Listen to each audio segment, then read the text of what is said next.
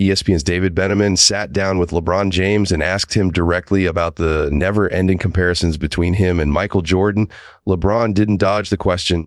He said plainly that there are plenty of things MJ did better than him, and there are probably a few things he does better than Jordan too. That's just the nature of the game. He went further, noting he could name specifics, but then caught himself pointing out that whatever he says will inevitably get twisted. When Beneman pushed deeper, asking whether the relentless comparison has been a burden to carry as an adult, LeBron said no, but he did call it an exhausting conversation. He compared it to barbershop talk, saying people should be able to appreciate both him and Jordan without tearing one down to lift the other up. He acknowledged that more often than not, he's the one getting torn down. But regardless of all that, he said he knows he's done his part on this journey. And more than anything, he hopes, even if he can't say for certain, that wearing number 23 made Michael Jordan proud. Now, when LeBron speaks on the subject, the conversation has to happen. And here's where things get genuinely interesting. From a historical standpoint, everything LeBron broke down about the differences between his game and Jordan's game was accurate. The way he sees the floor, the way he approaches a possession, his instinct to look for the pass before the shot versus Jordan's instinct to attack and score first. All of it tracked. Not a single word of that was wrong. But that last piece where LeBron suggested that the comparison always seems to come at his expense, that people use it as an excuse to diminish him, that's where the real problem lies. Here's something worth sitting with. More than 400 players have suited up in the NBA throughout the league's history. And if you rank LeBron James as the second best basketball player to ever do it, above Russell, above Kareem, above Wilt, above Kobe, above Elgin Baylor, above Oscar Robertson, he treats that as a slight. That's the issue, not the ranking itself, but the response to it. And the way it plays out is subtle. LeBron doesn't go out there and say it himself. He doesn't have to. The people around him do it for him. There's a story that captures this perfectly. Years ago, in a casual conversation with Rich Paul, the point was made, jokingly, that being called a top 5 player all time should not be taken as an insult. Rich Paul, dead serious, looked back and said, "Isn't it?" That reaction, that mindset, that's the problem. What's being created is this impression that talking about these players, comparing them, debating their legacies is somehow an attack. But what exactly has been said about today's players that wasn't said about the legends of previous eras? Think about Isaiah Thomas, one of the greatest point guards to ever step on a floor. Do people bring up Nate Tinney Archibald alongside him? Bob Cousy, Allen Iverson. Did we not pit Magic Johnson against John Stockton? Did we not have the shooting guard debates featuring players like Earl, the Pearl, Monroe, and Oscar Robertson? Jerry West was literally turned into the logo of the entire league. And we still talked about the fact that he won just one championship across 9 finals appearances. Magic Johnson. We talked about the devastating turnovers he had in the finals against Boston, the ones that broke him to tears in the shower, and then watched him come back and win not once, but 2 more times. Wilt Chamberlain, there were people who said he quit during an NBA Finals.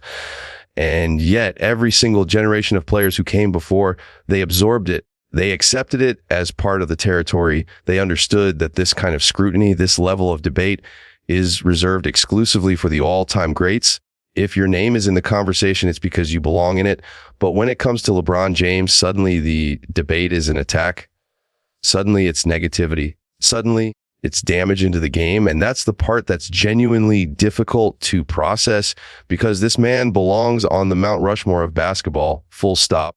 Nobody who covers this sport seriously disputes that. These players built careers. They gave generations of analysts, broadcasters, and journalists something worth talking about. Without players like LeBron, there's no show, there's no conversation. And yet the moment the debate goes somewhere uncomfortable, the framing shifts to persecution. That mentality has seeped into the broader culture of the modern NBA, creating a heightened level of sensitivity among today's players that borders on embarrassing. We're talking about elite athletes, people who represent the absolute pinnacle of human physical performance. We admire them, we celebrate them, we prop them up. We debate their greatness, and somehow that's still not enough, because how dare you make a comparison? That's what keeps coming back. LeBron plants the seed, the idea that the comparison is just a vehicle for tearing him down, and then steps back and lets others carry that banner for him. He doesn't own it directly. He just signals it and the machine takes over from there. And to be clear, none of this is rooting against the man. It's the opposite. You genuinely want to see him celebrated. You look at Bronny, you see real potential, and you're happy for the whole situation. But the issue is real, and LeBron confirmed it again with that interview. His sensitivity wraps a negativity around the conversation that isn't inherently there. He's on the Mount Rushmore of basketball, but instead of hearing that, what registers is that someone said he's not the GOAT, and that framing has influenced an entire generation of players and fans who now interpret any criticism, any comparison, any ranking as an act of disrespect. Here's the thing, though. This isn't unique to basketball. This is the culture we live in right now. Music, entertainment, sports, criticism of any kind is increasingly treated as hatred. And at a certain point, you stop engaging with the people on the fringes who twist everything. If calling LeBron James a top 5 basketball player of all time reads as an insult to you, get over it.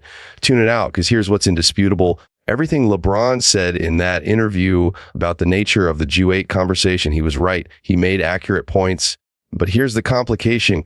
LeBron is also the one who put the crown on his own head. Michael Jordan never claimed to be the greatest of all time. On the morning he was inducted into the Basketball Hall of Fame, during an 18-minute live interview on SportsCenter, he was asked directly, Michael, is it important to you on this day to know that you are the greatest basketball player who ever lived? His answer, no. He wasn't going to say he was better than Larry Bird. He wasn't going to say he was better than Magic Johnson. He included Julius Erving and Kareem Abdul-Jabbar in that same breath. When you are the greatest, you don't have to say it. The world says it for you. LeBron is great for basketball in every conceivable way, for the sport, for the business, for the culture. But this insistence from those around him that second place is an insult, that's never going to land, not ever. The geo debate itself has become exhausting. Honestly, not because the question isn't interesting, but because having it properly requires saying something less flattering about whoever you're not picking. You almost have to. And people are so entrenched on both sides that the conversation rarely goes anywhere new. Jordan is the GOAT. That's a firmly held position, and it isn't changing. LeBron, depending on the day and the criteria, falls somewhere in that top 2, 3, 4, 5 range. And whether Magic or Kareem or Kobe slots above him on a given day is a legitimate debate. Anyone genuinely offended by being called a top 5 all-time player in any sport needs some perspective. And one more thing that needs to be said. There are now 2 full generations of fans who have formed opinions based entirely on highlight clips, not games, clips. You can go on YouTube right now and watch Oscar Robertson. You can watch Bill Russell. You can watch Robert Parrish, but watching clips and watching games are not the same thing. If you haven't sat through the actual games, the full 48 minutes, the adjustments, the pressure situations, the moments that don't make the highlight reels, then the perspective is fundamentally incomplete.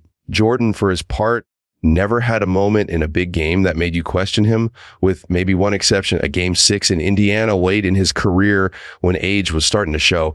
But that was rare, and it was late. From college, when he hit the championship winning shot as a freshman at North Carolina, all the way through his 6 rings with the Bulls, Jordan was almost pathologically consistent in the biggest moments. LeBron has had a few of those sequences where he seemed to step back from the moment rather than into it. The 2011 finals against Dallas is the clearest example. He had Dwayne Wade, Chris Bosh, a team that was objectively better than what Dallas had on paper, and Dirk Nowitzki's crew beat them. LeBron did not play well in that series. That's not an insult. It's a fact. And those moments, few as they may be in a career as brilliant as his, are what separates him from Jordan in the all-time conversation. It's splitting hairs at that level, but the hairs are real. At the end of the day, 5 400 players have walked through NBA locker rooms, and some of the most respected voices in the history of this sport have LeBron James ranked number 2 all-time. That's not an insult. That's a monument. If someone told you that you were the second best to ever do your job in any field, across any era, and the only person ahead of you is considered the single greatest to ever do it, that's not a knock, that's a celebration. Take it easy. Take the compliment and enjoy being one of the 2 or 3 greatest basketball players the world has ever seen, because that's exactly what LeBron James is.